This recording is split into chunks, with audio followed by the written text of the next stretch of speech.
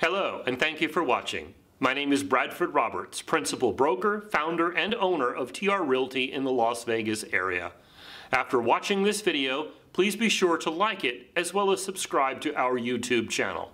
Download the pertinent handouts for this video by clicking the link in the comments below. Now let's get started. This video is entitled Class 3 Buyer Excellence, and this segment is entitled Buyer Strategies. Buying a home is stressful for most people, even for some investors. It is often the most money your customer has ever spent on anything in their life. But the decision to buy a home is based 75% on emotions and only 25% on finances. So buyers can be illogical. Buyers can be time-consuming if you're not careful. And I should note that it's called a house when you sell it. It's called a home when you buy it. The most common mistake that buyers make is delaying. About half of buyers start their search at least 6 months in advance, and for some people, the buying process can start a year or more before a final decision is made. Now, one reason that real estate agents get frustrated with their buyers is that they're hoping for faster decisions. But the decision to buy real estate is not easy for many people, and some people simply cannot make quick decisions.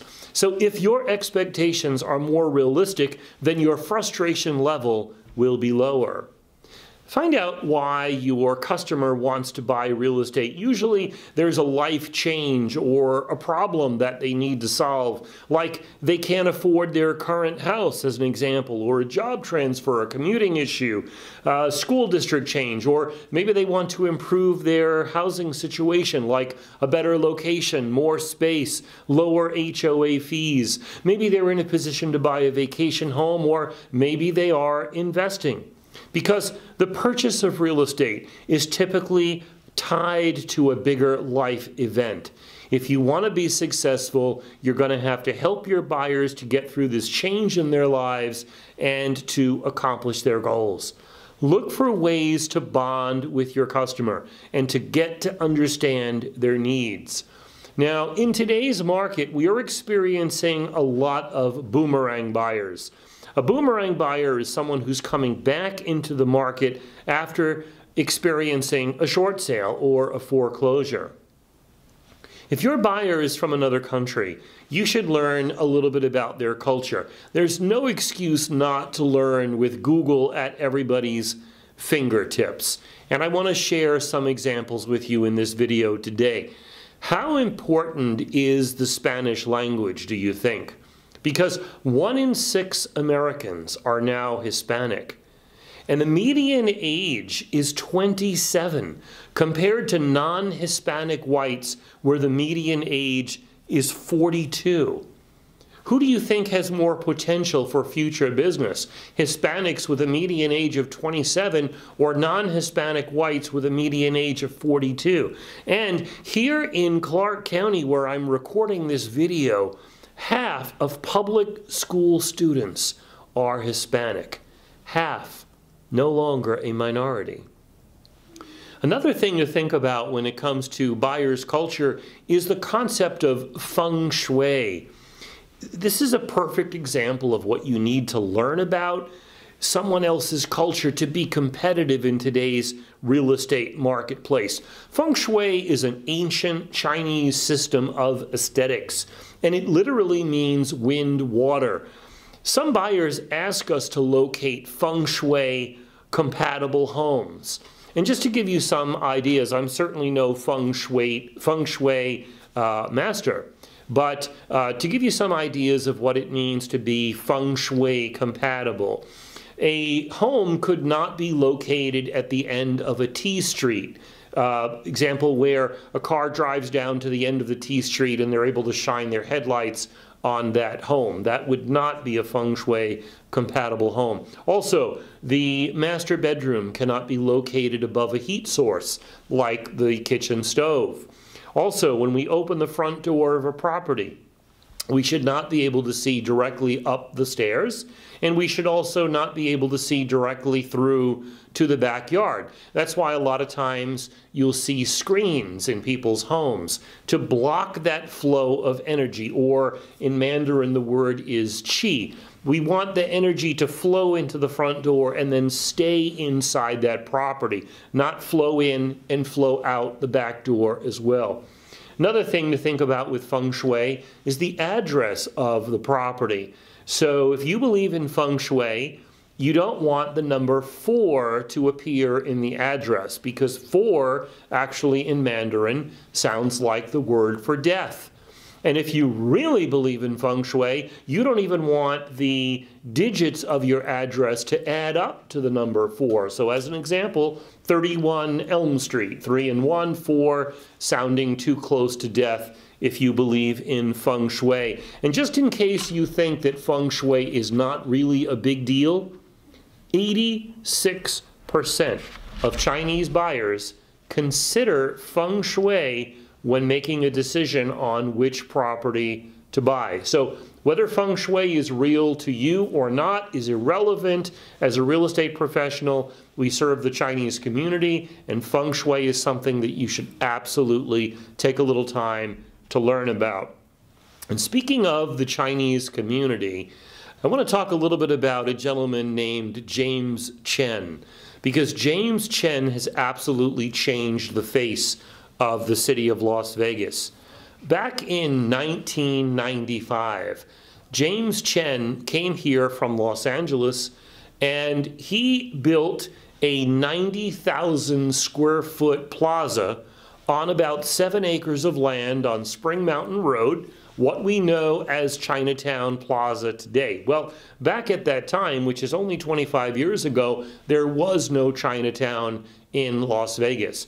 And when James Chen built Chinatown Plaza, he really created the anchor.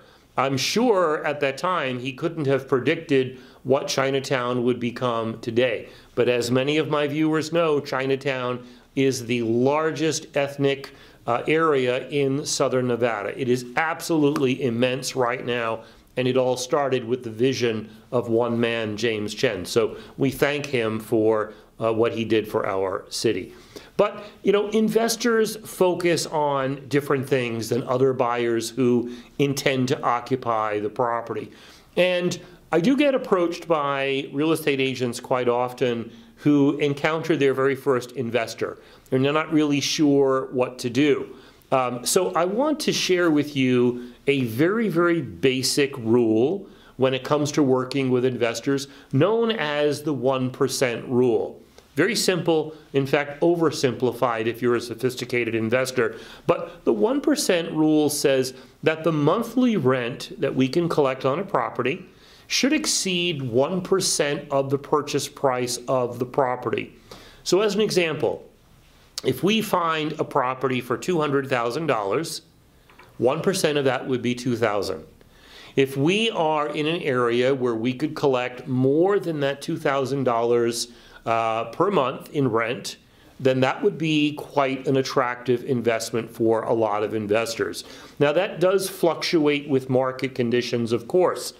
In fact, when the market crashed about 2008 through 2012 approximately, we could easily get more than 2% per month in rent.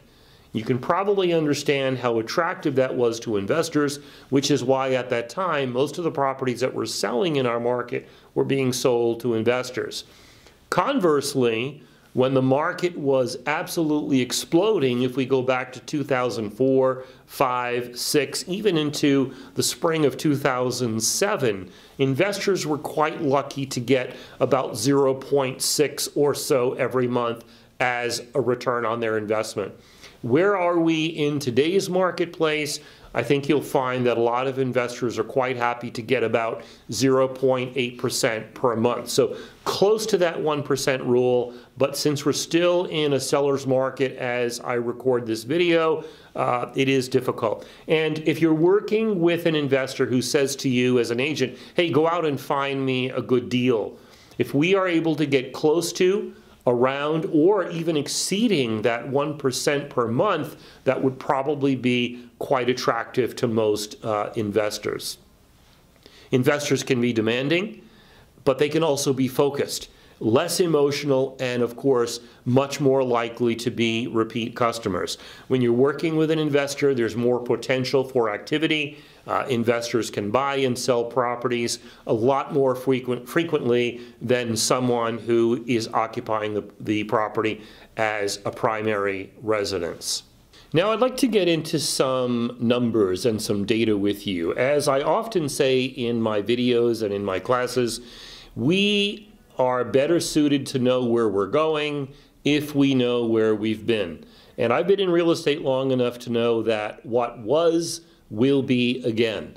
The pendulum swings around and around we go. So I know that when people get into real estate, they really have a very limited understanding of previous markets. And that is why I'm about to do the numbers and segment I'm about to do with you right now. So let's go back in history, all the way back to 2011.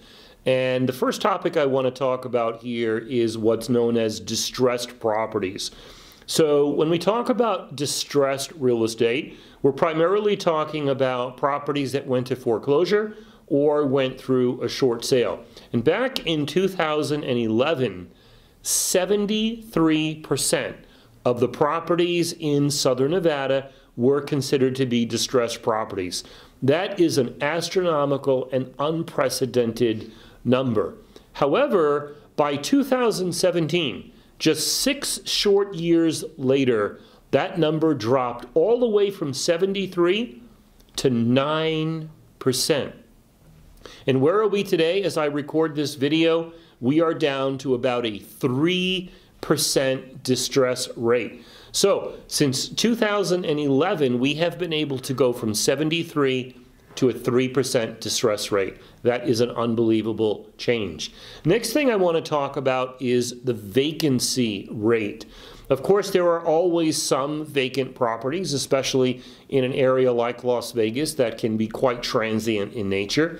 If we go back to 2011, we had a 12.2% vacancy rate. So about 1 out of every 8 properties in Southern Nevada was vacant.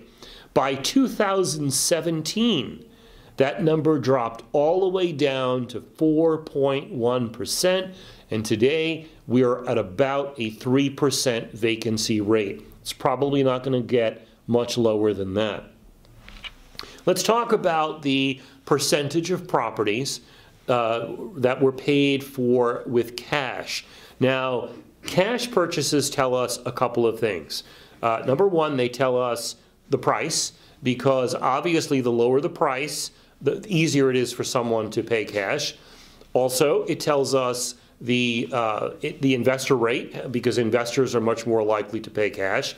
And third, it also tells us the complexities of getting a mortgage, right? Because if a mortgage is easy to get, more people are likely to get a mortgage than when mortgages are difficult to get. So let's talk about the rate of cash purchases. If we go back to 2007, which was the lowest point for buyers paying cash, it was only 5% of residential properties that were purchased with cash. How did the pendulum swing? Just 6 years later, 2013, 59% of residential properties were purchased with cash. Think of that unbelievable swing from 5 all the way to 59%. Did the pendulum swing again? Absolutely, because today we are at about a 13% cash purchase rate. Now, as I said, this is partially because prices dropped back then, so it was more affordable for people to pay cash. Also because buyers were more likely to be investors, and also because it became a lot more difficult to get a mortgage. Recent numbers in the Southern Nevada area are moving away from investors, more toward owner-occupied purchases, which of course is healthier for the market. The next thing I'd like to talk about is the median price. Now, we're talking only about resale properties. New construction, for the moment, is not going to be reflected in my numbers. We'll be talking about new construction numbers a bit later. So, median price for resales actually peaked in June of 2006. And in June of 2006, the median price peaked at $315,000.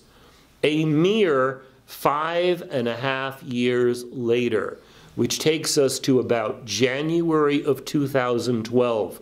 Can you imagine the median price dropped all the way to $118,000?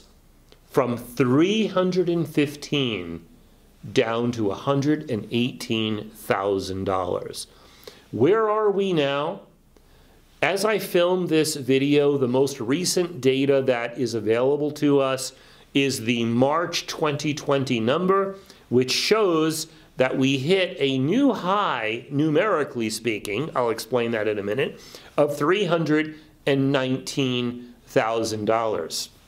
So, prima facie, we say we were at $315,000 back in 2006. People asked me, are we ever going to go back there? And I said yes, but it's going to take some time. Of course, it took all the way to 2020 before we actually hit and surpassed and went to $319,000. But here's something to keep in mind. If you look at $315,000 back in 06 in terms of today's dollars, that would actually be more than $390,000. So that's why I say prima facie 319 is higher than 315. But when you factor in the cost of money, we would actually have to get into the 390s before we were equal to the 315,000 where we were in 2006. I hope I explained that clearly enough. Point being, in terms of the value of a dollar, even 14 years later, we are not back to where we were before.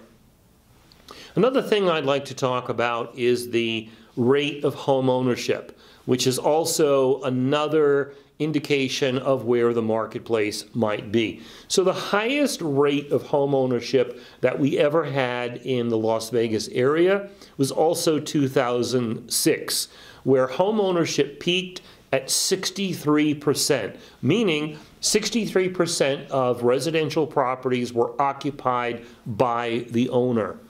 Guess what happened by 2012? That 63% dropped all the way to 48%. That is not only a significant drop, but the fact that we were below 50% tells you that we became predominantly an investor market here in Southern Nevada. In other words, more properties, residential properties, were owned by someone who was not living in them than someone who was. Now, Las Vegas is never going to have a really, really high rate of home ownership. Again, we are a service-oriented economy. We are a very transient market. So, although the national average of home ownership is now at 65%, the Las Vegas area is still only at 58%. In my opinion, I don't want to say never, but we are highly unlikely to ever match or exceed the national home ownership rate, again, because of the nature of what we are in Southern Nevada. But here's something that a lot of industry experts are watching. Although the Southern Nevada market has a 58% rate of home ownership right now, the rate of home ownership for people who are 35 years old or younger is the lowest it's ever been. It is only at 34%. Now, if we analyze that for a minute, it will help us to predict future trends in real estate. For those of you who are out and about driving around Southern Nevada, you've probably noticed in the last few years a lot of higher-end apartment communities being built. Higher end, not a lot of lower end. And one of the reasons for that is because renting is becoming a lifestyle choice for more and more people. Younger people today are delaying all of those big life decisions, getting married, having children, and consequently, they are also delaying the purchase of their first home. So we are seeing a really, really low rate of home ownership for younger people. Definitely something that we need to be conscious of. And speaking of low rates of home ownership, the rate of home ownership for African Americans is only 35%. And I could probably do a whole video on my theories of why I think that is, but also something that we need to be conscious of and something that as industry professionals I think we should be addressing. Now, speaking of first-time home buyers can be challenging, from credit issues to unrealistic expectations. So as a real estate professional, if you're going to work with first-time home buyers, expect to spend more time with them and expect to be facing more hurdles as well. The next thing I'd like to talk to you about today is the concept of equilibrium. Equilibrium, kind of another way of saying balance, right? In the real estate industry, when we talk about equilibrium, we are talking about a 6-month supply of available inventory. So as an example, here in Southern Nevada, if we were selling residential properties at the rate of $4,000 a month, if we had 24,000 available properties, that would be a 6-month supply. And we would say at that point that the market has reached equilibrium. So if we have a supply that is less than 6 months worth of available properties, we are now in a seller's market, right? Supply and demand. And conversely, if we have a supply that exceeds 6 months worth of available inventory, that would put us in a buyer's market. Where are we? Where have we been in terms of equilibrium? Well, if we go back to 2010, we had in this market an unbelievable and unprecedented 21-month supply of available inventory. If equilibrium is 6 months and we had a 21-month supply of inventory, think of what kind of a buyer's market that was. Buyers could go out, they could lowball their offers.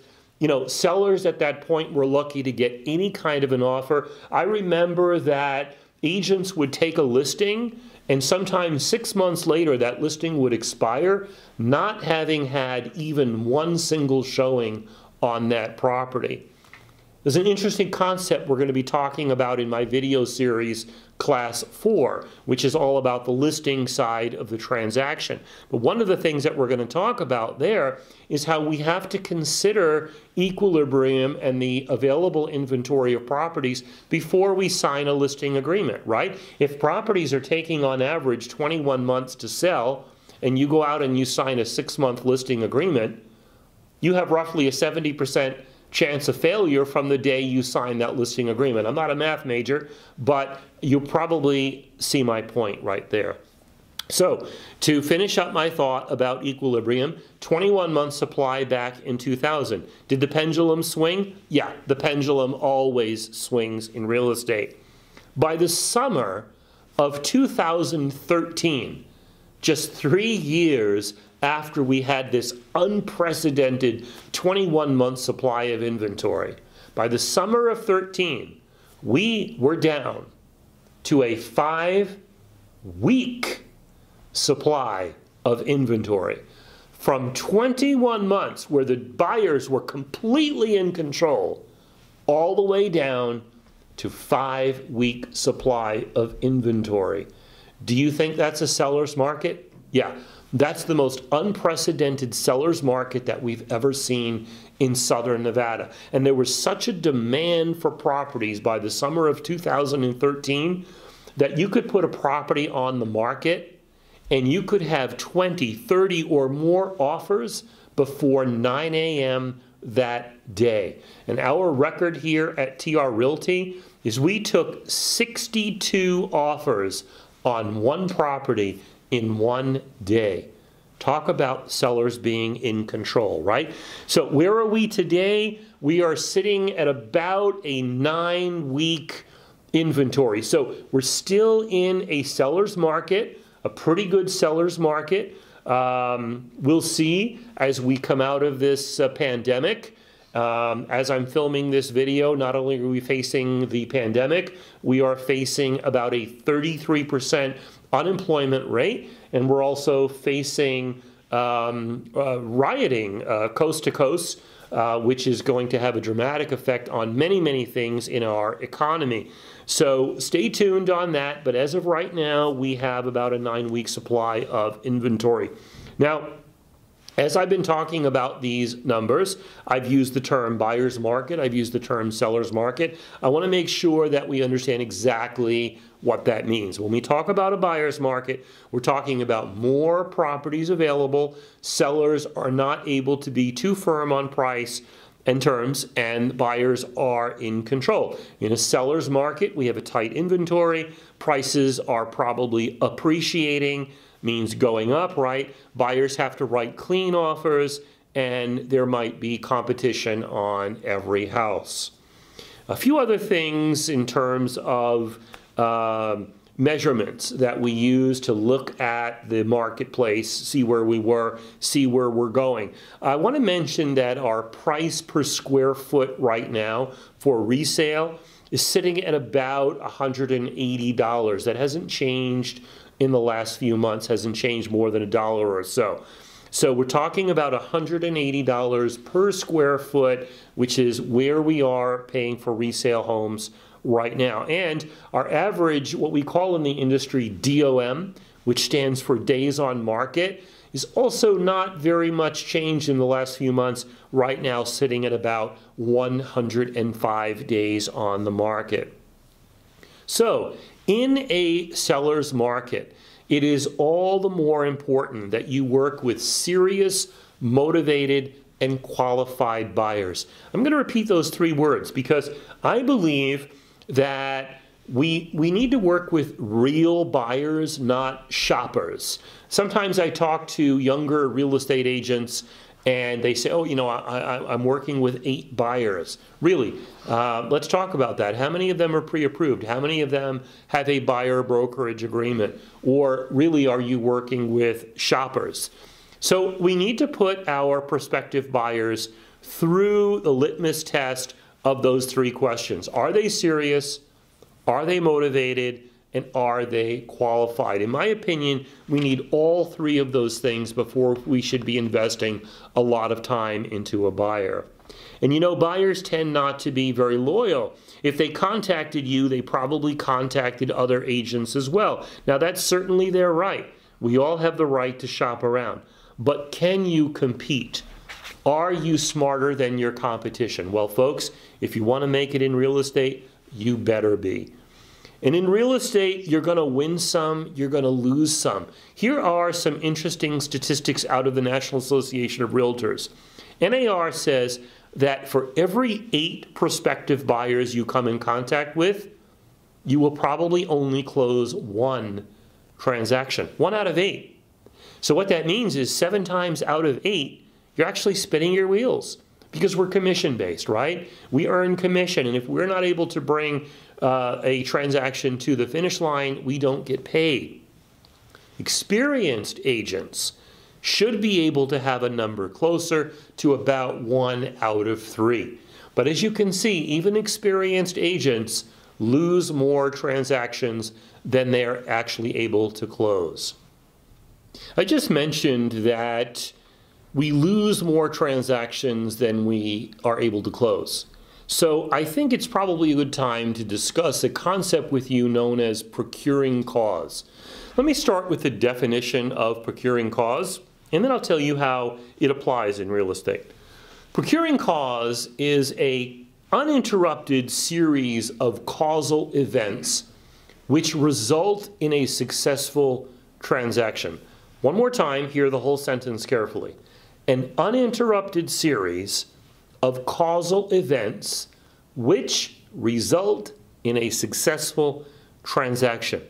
Now, there's a lot of rumors and myths and misunderstanding about what procuring cause really means. So I want to break that down for you a little bit. Long time ago, there was something known as the threshold rule in real estate. Threshold, of course, meaning the doorway. And it was called the threshold rule because basically the first real estate agent who took somebody across that threshold to see that property was typically deemed procuring cause. The threshold rule is long defunct, and the standards that have to be met to be deemed procuring cause have gotten higher and higher over the years. So I want to make sure we understand that showing the property does not make you procuring cause anymore. And here's something that you might find shocking. Having a buyer brokerage agreement does not make you procuring cause. A buyer brokerage agreement, which we're going to get to a little bit later in class 3, a buyer brokerage agreement is a contract between the broker and the buyer, and that may very well entitle that broker to commission. However, in a particular transaction, it would not make that broker procuring cause. So, procuring cause complaints are typically filed by an aggrieved broker who feels that it is that broker or that broker's agent who should be responsible for that transaction and therefore entitled to a commission.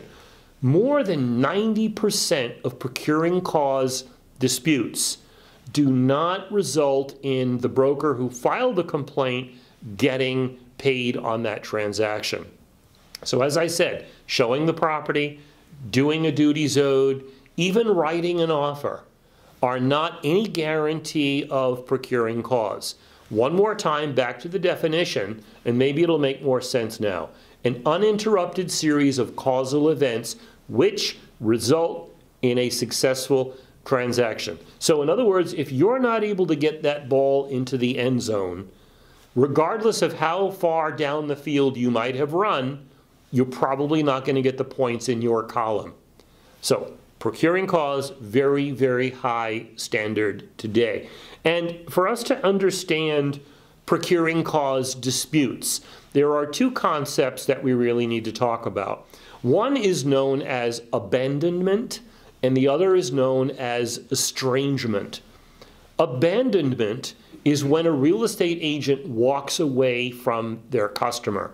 Now, when I say walk away, it could simply be not returning somebody's phone call soon enough, or going out of town and not being available to show the property, that sort of thing. Abandonment is when the agent walks away from the customer. Estrangement is when the agent does or doesn't do something, says or doesn't say something that causes the customer to walk away from the agent. Okay? So when procuring cause disputes are heard by LVR, Pro Standards Committee, these are two things that will be investigated thoroughly. Was there abandonment? Was there estrangement? All right, so we should understand that in today's market with a very, very high standard of proof for procuring cause, that really nobody owns a buyer. Buyers are free to go out there and work with 2, 10, 20 real estate agents. And folks, let's be honest. Let's really be honest with ourselves here when it comes to buyers working with multiple agents. And when we look at the education that is required to become a licensee in the state of Nevada, which has always been 90 hours and recently has been upgraded to 120 hours, that is a joke.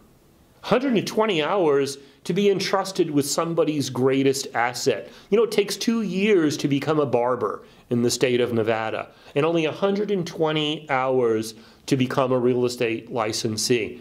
In my opinion, the number of hours it takes is absolutely shameful. And let's make that situation even worse. Let's talk about brokers who I believe are responsible for teaching the business. The vast majority of brokers are not teaching the business, or at best, they're teaching like a monkey how to fill in the blanks on a form or something like that. They're really not teaching the strategies, the concepts, the nuances of the business whatsoever. So there are thousands, literally thousands, of real estate agents walking around out there dangerously showing properties, putting properties on the market with very little, if any, understanding of the anatomy of a real estate transaction, very little, if any, understanding of the liability in a real estate transaction. In the end, are you going to be procuring cause? Can you get that ball into the end zone?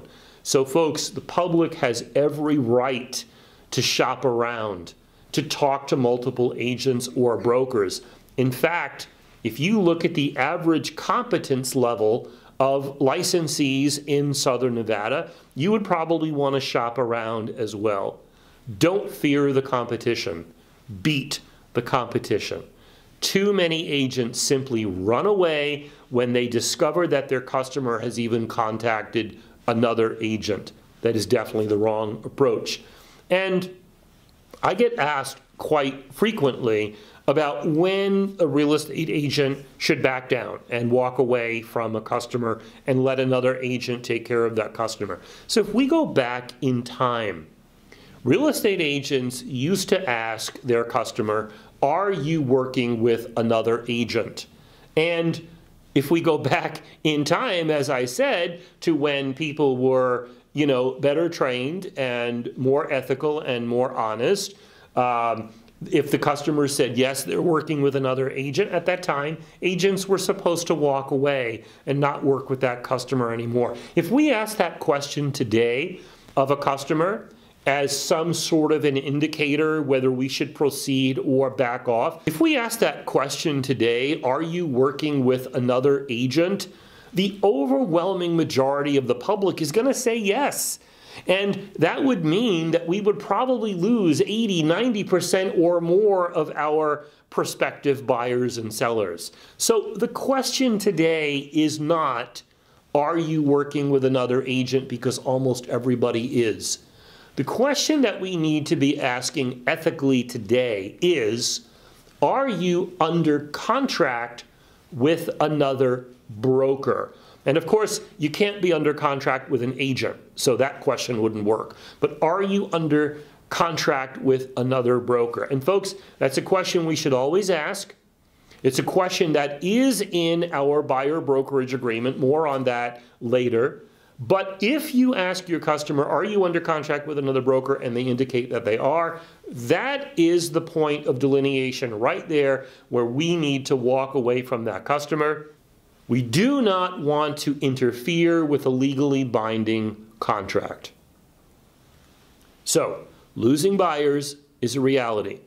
Buyers are working with other agents, they're on the internet, they're visiting open houses, they're calling numbers off of signs, they're walking into builder sales offices, and even if they're not doing those things, you might lose your buyer in the negotiation stage.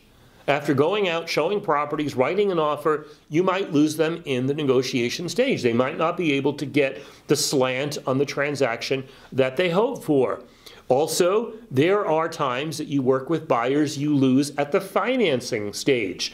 Maybe something has changed, they're not able to get the mortgage, they're not able to get the terms or the interest rate that they were hoping to get. Also, we lose a lot of buyers at the inspection stage. Now, in my Class 2 video series, I did talk about how to save a buyer in the case of a bad inspection, when a lot of buyers think they should just cancel the deal and run away. So we have a lot of hurdles. We have the negotiation stage, we have the appraisal process, we have the loan process, we have the inspection, all points at which you risk losing that buyer. And folks, also, sometimes you work with someone and you work with them the best you can, they end up buying through another agent. And some, when they get out there and they're faced with the reality of the marketplace, are going to end up not buying anything at all. We are no longer the gatekeepers of information.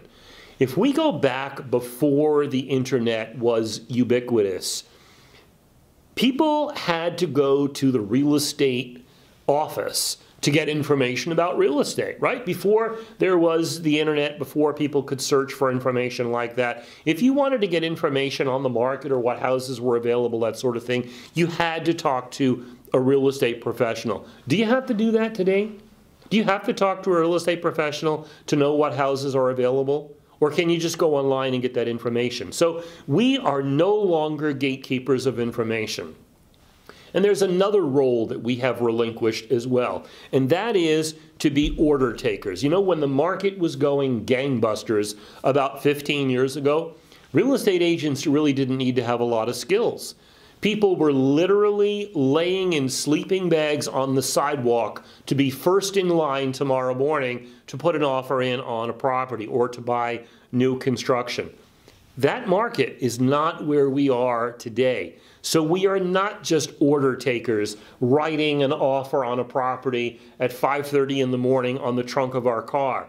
So if we are not gatekeepers of industry information, if we are not order takers, what role do we have left as real estate professionals? We have one role left, and that is we are service providers.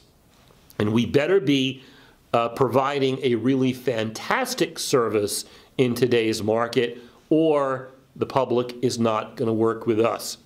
I want to talk about a little ugly corner of our business. I want to talk about the concept known as a commission rebate. You know, commission is not a bonus. Commission is all we get. Real estate agents are typically not paid any kind of salary or hourly wage. Commission is what they rely on to feed their family. But there's a small and, in my opinion, ugly segment of people that will attempt to take part of our pay. They will ask for some sort of a commission rebate, okay? Now, TR Realty is a flat fee company. Therefore, I don't care if you want to give your commission away in a transaction, as weak as I think that is, it doesn't affect us, and you're totally free to do that. I don't put any kind of prohibition or restriction on my agents to do that in any way. But if you are giving your commission away, you are giving away the money that it takes to feed your family and pay your personal bills. And what you are saying to the public is that you really don't have anything else to offer. You really don't have any great value, so you just want to give away your money. Again, as much as I don't recommend you ever do that, you're free to do that at TR Realty. But if you do it, it must go through the transaction. Never, ever can you give money to a customer outside of escrow. In fact, you could be facing all kinds of problems if you try to do that. One, which is a federal crime, is mortgage fraud. You could be facing licensing violation. You could be facing RESPA violations. You could be facing ethical violations at the association. And I've even seen agents get in trouble with the IRS. So allow me to repeat. If you ever wish to give commission to a customer, some sort of a commission rebate, it must be part of the transaction and can never, ever be done outside of escrow. I want to mention something that is legal in some states, not legal in Nevada, and that is known as a finder's fee. So let's say tonight you're taking out your garbage and the neighbor walks over to you and says, you know, I think I know somebody who wants to buy a house. If I give that customer to you, and they do buy that house through you, are you able to give me a little something, a little thank you? That is a finder's fee. That is completely illegal in the state of Nevada. The only exception to that would be if that person had a real estate license that was active and current, and if that referral fee were paid to their broker, not directly to the agent. In no case can we ever pay a finder's fee to someone without a real estate license. Now, I believe that most of the process of locating a home should be done before we take the buyers out. A lot of real estate agents think when they have a buyer, the first thing they do is throw them in the back seat of the car and they start driving around town. Absolutely not. Showing properties is toward the end of the process, not at the beginning. And there's some things that I'm going to recommend that you do at the beginning. One of them is to narrow down the choices. Narrow down the choices. So if a buyer comes to you and says, I'm thinking about buying a high-rise condo on the Strip, or I'm thinking of maybe one of those great older classic homes in Boulder City, or, you know, I really like cabins up on Mount Charleston. Or maybe some farmland in Pahrump, that would work well for me. Come on, that is not a buyer. That is a very confused shopper. They have no idea what they want. They have no idea where they want to go. And you could take that person out and you could show them properties all day, every day, the rest of your life, and they're not buying anything. So we need to narrow down the choices. And secondly, we need to set the expectations. If a customer comes to you and says, I am interested in buying a home on a golf course, and I want to be in Mesquite, right on the golf course, I want to have at least half an acre, I want something that is 5 years old or newer, I want a 3-car garage, I want a swimming pool, I want to be in an association, and my budget is $40,000. Folks, is that going to happen? Are we going to get a golf course home with a swimming pool and a 3-car garage for $40,000? Not going to happen, right? So again, we could take that prospective buyer out. We could show them houses all day long. Their expectations versus the reality of the market are a complete mismatch. So we need to set the expectations as well as narrowing down the choices before we ever take someone out. And there's a series of questions I'd like to share with you right now. I highly recommend you write this down. If you ask the right questions, it will help you to narrow down the choices and set the expectations in advance. I hope you've got a pen. Let's work our way through the list of questions. Question number 1. What are you buying? Is this going to be a primary residence? Is it going to be an investment property, or is it going to be a vacation home? These are 3 different buyers, right? If we are buying a primary residence, we care about things like whether it has wallpaper or paint, whether it has wood floors or carpet, whether the master bedroom is upstairs or downstairs. Maybe we care about things like the school district and crime statistics, just to give you some examples. If this is a vacation home, we probably care about things like maintenance, like the cost of keeping that property every month, taxes, insurance, association fees, utilities, etc. If it's a vacation home, we probably want something newer where we're not facing a lot of repairs ongoing. And if it's an investment property, one of the top things that we care about, if not the top thing we care about, is the return on that investment. What do the rental comps look like in that area? Remember the 1% rule we talked about in this video. So these are different buyers. The second question that we need to ask the buyer, prospective buyer I should say, is what is your time frame? So if somebody says, well, I'm thinking of retiring in about 2 years and I would like to buy a property at that time. Okay, great. Well, that is a fantastic customer. 2 years from now, do you think you should be out showing them properties today? Do you think a lot of the properties you show today are still going to be on the market 2 years from now?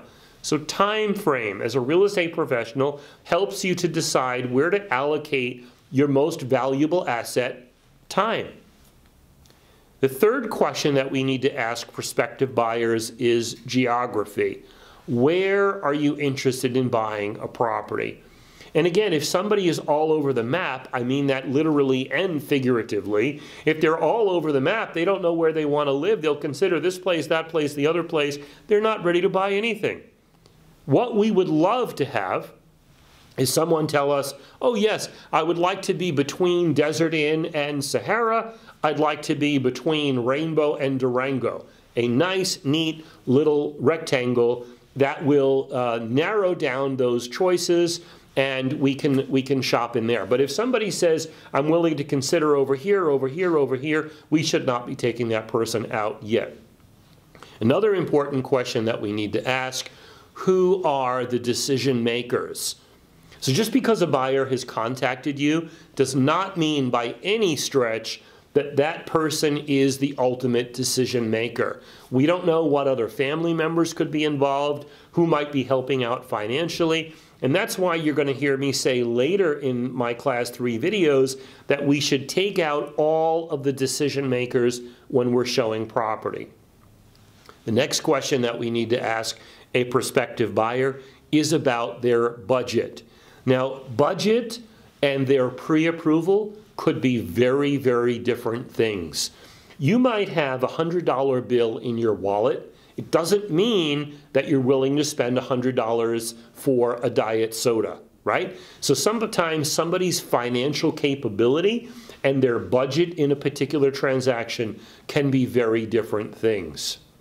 Another important question that we need to ask is about age-qualified communities. We used to call these age-restricted communities. Now we are supposed to call them age-qualified communities.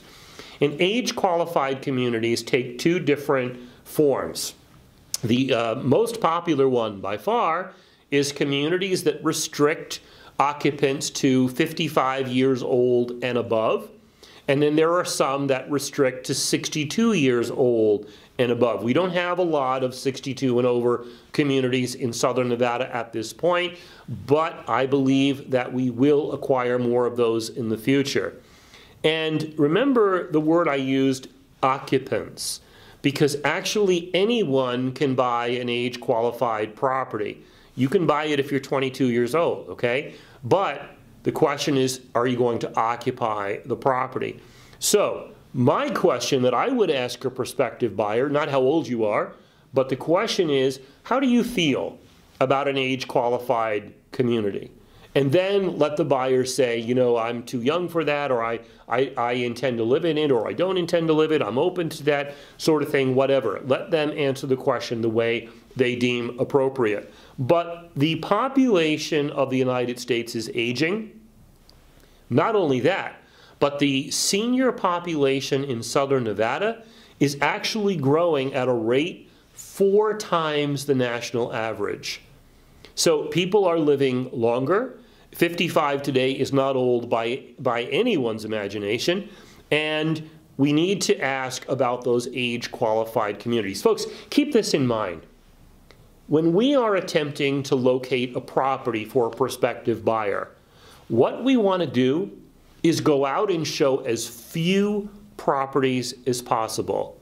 I swear, sometimes real estate agents act as if they earn money for showing properties. The more properties you show to make a transaction closed, to get a transaction closed, I should say, the less efficient you are and the less profitable you are in your business. So we want to show as few properties as possible to get that transaction closed.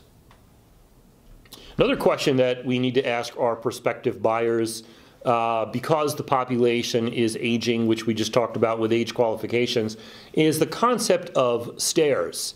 Now, not only is the population aging, but the population is getting lazier and lazier by the day, right? We don't even get out of our car anymore to get our double, triple whip, super caramel, macchiato, soy milk crap with 1,500 calories at the drive-thru, right? So we are getting lazier, we are getting more diabetic in this country, and more people, even people who appear to be younger and fit, do not want stairs on their property. More than 70% of single-family residences in Southern Nevada are 2 or more stories. So keep in mind what I said, that we want to narrow down the choices, right? So if somebody said to you, after asking them, how do you feel about stairs? They said, no, we don't want any kind of property with stairs. About 70% of your inventory, gone. That's a good thing. That's what we want, folks. Keep in mind, the fewer properties we show to make a sale, the more efficiently we work. So asking them about stairs, whether it's a walk-up condo, whether it's a 2- or 3-story home, that is an important question as well. Another question that we need to ask prospective buyers, will there be any children occupying the property? I don't think it's right to ask someone if they have kids. That might be a sensitive and personal topic. So the way I would frame it is, will there be any children occupying the property? And that's not going to get us into a lot of specifics about their family makeup. However, if they tell us there are children going to occupy the property, now it brings up questions and concerns about school districts, about crime statistics, about sexual offenders who may be living in the neighborhood, about proximity to parks, proximity to schools, things like maybe basketball courts in the area, swimming pools in the area, other points of recreation for children. So that is a very important question. Some people actually treat their kids as if they're family. No, I'm kidding. I was going to say that about pets, because that is the next question that we should be asking people. Will there be any pets on the property? So more and more communities around southern Nevada are imposing pet restrictions.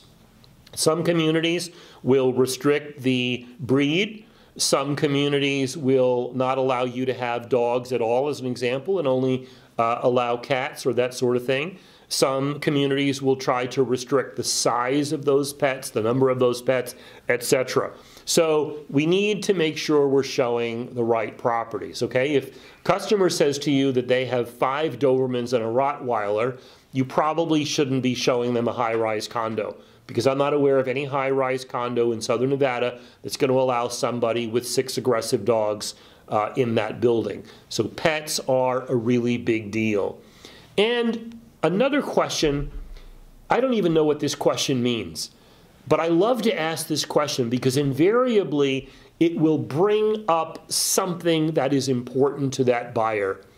I like to ask a prospective buyer, do you have any other special needs?